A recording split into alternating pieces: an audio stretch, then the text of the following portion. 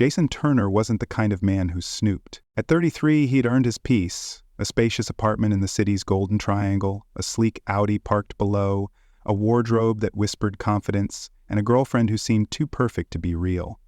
In a way, she wasn't. It began like any other Saturday. Sunlight bled lazily through linen drapes. Jason brewed coffee, shirtless, still foggy from the night before.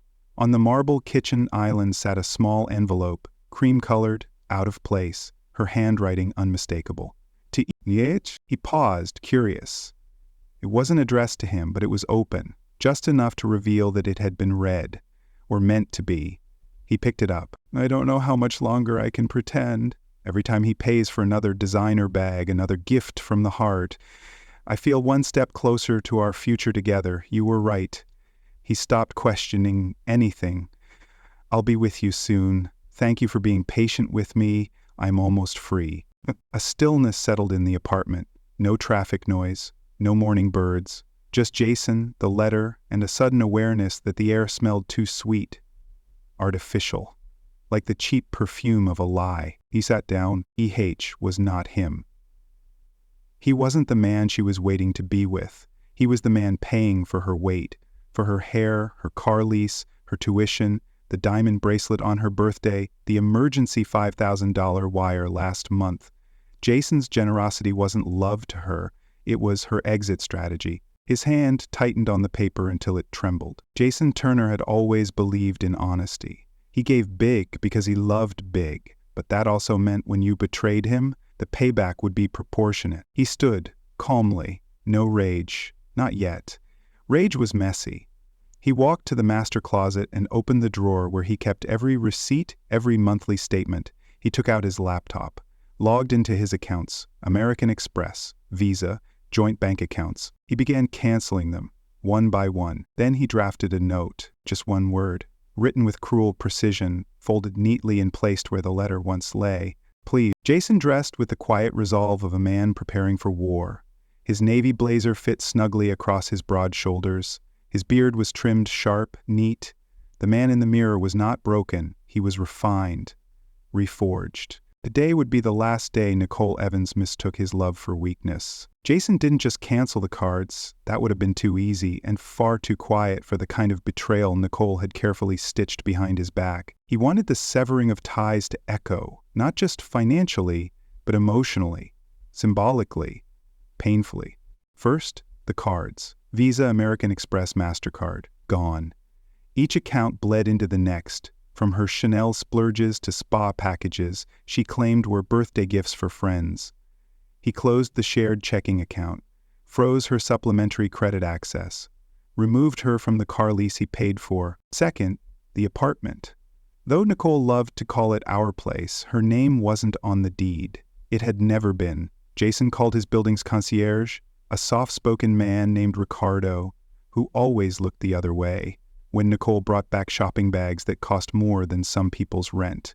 I need new key fob codes set, and I want a notification if Miss Evans tries to enter without me present. Understood, Mr. Turner. Third, the personal touch. Jason opened her jewelry box, the one she kept on the dresser beside his side of the bed. Not hers. Inside, he found the sapphire ring he gave her last Christmas. Not returned, not cherished, just placed. Like a trinket she hadn't figured out how to pawn yet. He left it on the kitchen counter with a yellow post-it beneath it. Temporary assets should never feel permanent. Fourth, her education. He hadn't just paid for her lifestyle. Jason had bankrolled her MFA at a boutique art school she rarely attended, claiming she was too inspired to show up for class. He emailed the bursar, revoked his authorization, and requested the removal of his payment method on file. Fifth, her car, technically his, legally his. The pink slip sat in his safe. The Mercedes C-Class he gifted her last summer, because she was growing into her own woman, was now in a private garage in Midtown. He'd had it towed by morning. Let her Uber with the rest of the peasants she so subtly mocked. Then came the piece de resistance. He printed the letter. Not the original that he placed back in its envelope, like a forgotten love note. Instead, he framed a copy in simple black glass, placed it on her side of the nightstand, right beside her signature bottle of Dior perfume and the paperback she never read. Next to it, neatly folded, his final touch, a small note card, the same kind she used to thank him after his lavish gifts. On it, one word in clean serif font. Please, not a demand, not a cry, just a quiet echo of what he imagined she might have whispered when she first started planning her new life, the one she believed he was funding.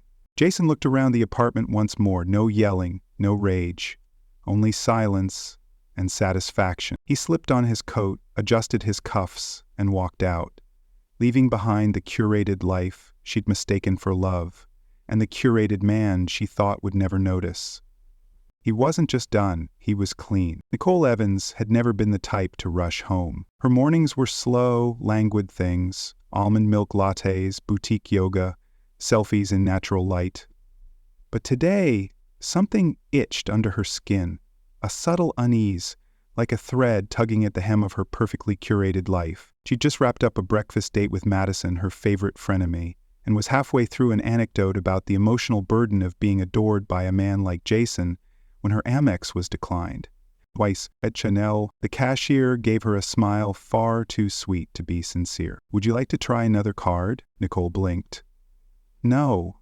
This one's fine, just run it again." It wasn't fine. Not the second time.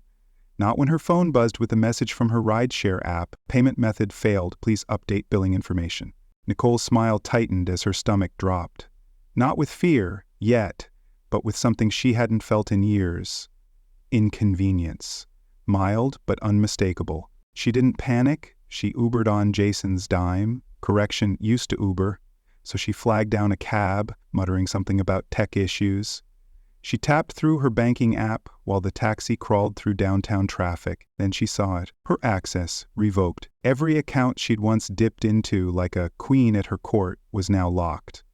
The credit cards declined. The checking account frozen. The emergency card he'd set up for her independence gone. Her breath grew shallow. No message, no warning, no passive-aggressive emoji-laced texts. Just silence. When the cab pulled up outside the apartment, she tossed a 21, one of the last in her designer wallet, and sprinted up the marble steps in her Louboutins, adrenaline masking the discomfort. She tapped her key fob. Nothing. She tried again. And again. The little red light blinked. Indifferent. Nicole stared at the door like it had betrayed her. Her hands, now shaking, clutched her phone as she pulled up Jason's contact and tapped call. Voicemail, his calm, precise voice. "You've reached Jason Turner. Leave a message." She didn't. She didn't know what to say. Not yet. Ricardo, the concierge, appeared in the glass vestibule a moment later. His expression was carefully professional, but his eyes held a flicker of something she hadn't seen in years. Pity. "Miss Evans," he said gently, "Mr. Turner has updated access to the property. I'm not authorized to let you in unless he's present." Nicole's throat dried. She forced a laugh. Brittle, panicked. "There must be some mistake.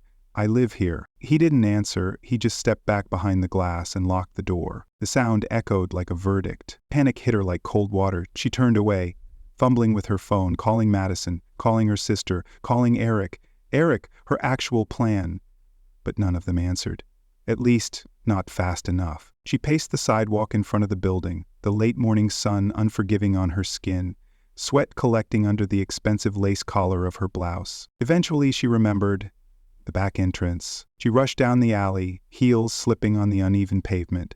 The service door was still there, still unlocked, mercifully. She slipped inside like a thief in her own fantasy. The elevator ride felt eternal. As she stepped into the apartment, a wave of silence hit her, but not the comforting kind. No music, no scent of his cologne, no Jason, just absence. She stumbled into the kitchen.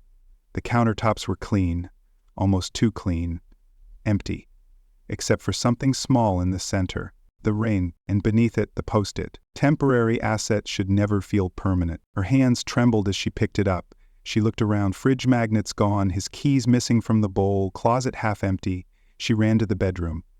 There on the nightstand was the framed letter. Her letter, the one meant for Eric. Her knees buckled, she sat on the edge of the bed, breath shallow, reading every word she had written like a confession she didn't remember making. And beside it, the final blow. Please, one word. So polite, so devastating, a mockery of her manipulation, a scalpel slicing through her delusions of control. Nicole didn't cry, not at first. She screamed, loud, raw, undignified.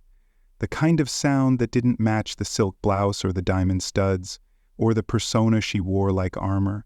She tore off her heels, punched the closet door, knocked over the ring box, sending the sapphire skittering across the floor like a forgotten promise. She checked the bathroom, all his toiletries gone, his toothbrush, his cologne, his watch charger, even the small things, all of them erased. There was no message, no fight, no scene. He'd simply outplayed her. She collapsed into their bed, and for the first time in months, she felt something real, not anger, not superiority, fear, not of being caught, but of being discarded, like one of the many expensive things Jason had once bought her and now returned without the receipt. Nicole didn't leave the apartment for 2 days, not because she wanted to stay, but because she had nowhere else to go. The doorman no longer acknowledged her. Jason's name was still on the lease, her bank accounts were lifeless shells, the Uber app remained in digital limbo, even the luxury escape plan she'd built in her head now looked like a flimsy soap bubble.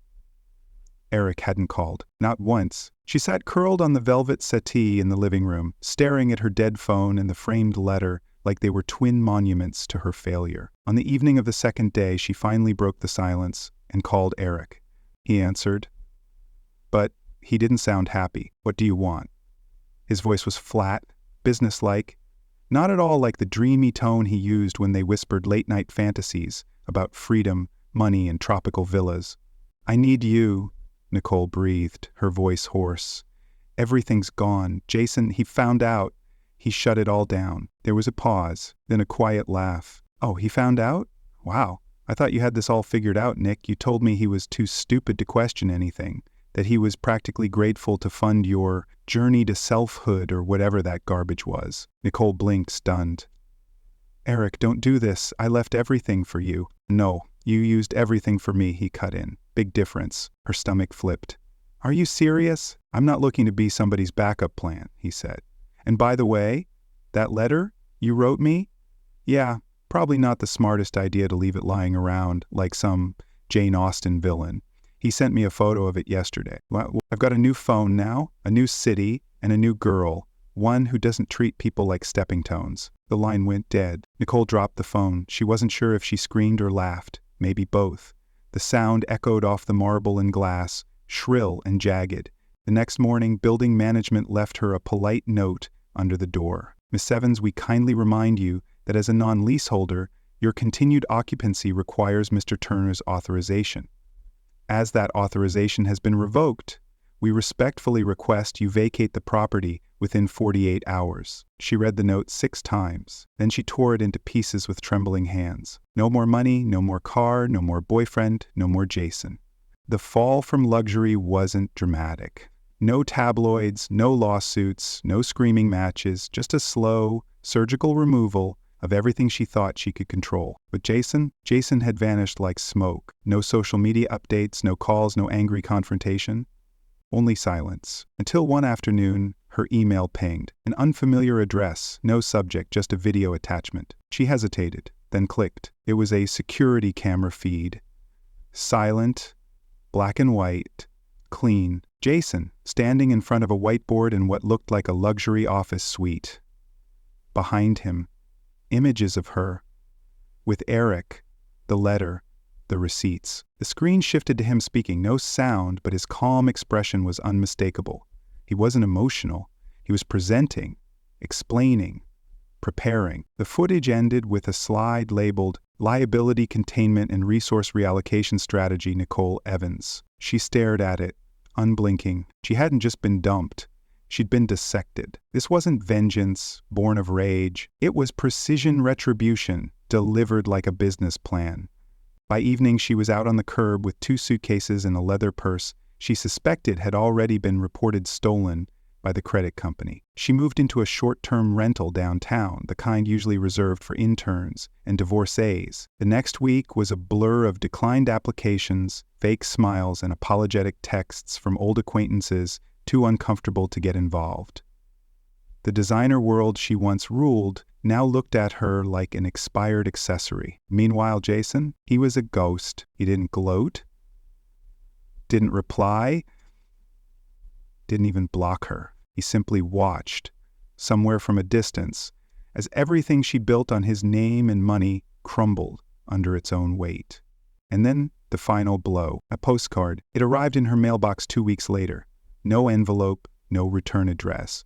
The front showed a serene tropical beach, the kind she used to dream of visiting with Eric. On the back, in Jason's neat handwriting, "You wanted freedom. Hope it's everything you imagine." No signature, no threat. Just closure, the kind that cuts deeper than a fight ever could. Nicole stared at it for a long time. Then she placed it on the windowsill, right beside the framed photo of herself she still couldn't bear to throw away. She'd told herself she was irreplaceable. Turns out she was easily replaced, just like the rest of his assets. 3 months passed. Jason Turner had disappeared from the social scene as cleanly as he'd vanished from Nicole's life. No Instagram posts, no LinkedIn updates, no office sightings. His apartment, his company office, everything ran without him, delegated to assistants and managers who spoke in vague platitudes. He's traveling, taking time for himself. He'll be back soon. He wasn't hiding, he was erasing. Nicole, meanwhile, had learned the sharp edge of social gravity. Without Jason's orbit, her universe had shrunk into something small and suffocating. She now lived in a one-bedroom apartment with fake marble countertops and cheap blinds that rattled every time the radiator kicked in. Her phone, once a buzzing hive of invitations and compliments, was now a cold, quiet rectangle. No new friends, no calls, no Eric. And every night, she heard Jason's absence more than she ever heard his presence. It filled the corners of her room like an echo, subtle and suffocating. The postcard he'd sent her remained on her windowsill. She hated it, and yet she couldn't throw it away. It was proof she hadn't imagined the entire thing, proof that someone once cared enough to end her with style. But endings are rarely as final as they seem, because one morning her phone lit up with a number she didn't recognize. No caller ID. She hesitated, thumb hovering over the screen, then answered. Silence. Then a voice. Deep, calm, measured. "You look tired." Nicole's blood turned cold. "Jason?" No reply, just a low, quiet breath on the other end. Then a click. The line went dead. She stared at the screen. It didn't say call ended. It said called failed. Was it real? She called back. No ring. Disconnected. It took her an hour to stop shaking. The next day, she received an email from an anonymous sender. No message, no subject. Just a single attachment. A screenshot of a conversation, her conversation, from months ago. It was her text to Eric. "The moment he stops paying, we're free. I'm done playing girlfriend to an ATM." Below it, Eric's reply. "Then hurry, he's starting to ask questions." She slammed her laptop shut, heart thundering. She hadn't seen those texts in months. They were long deleted.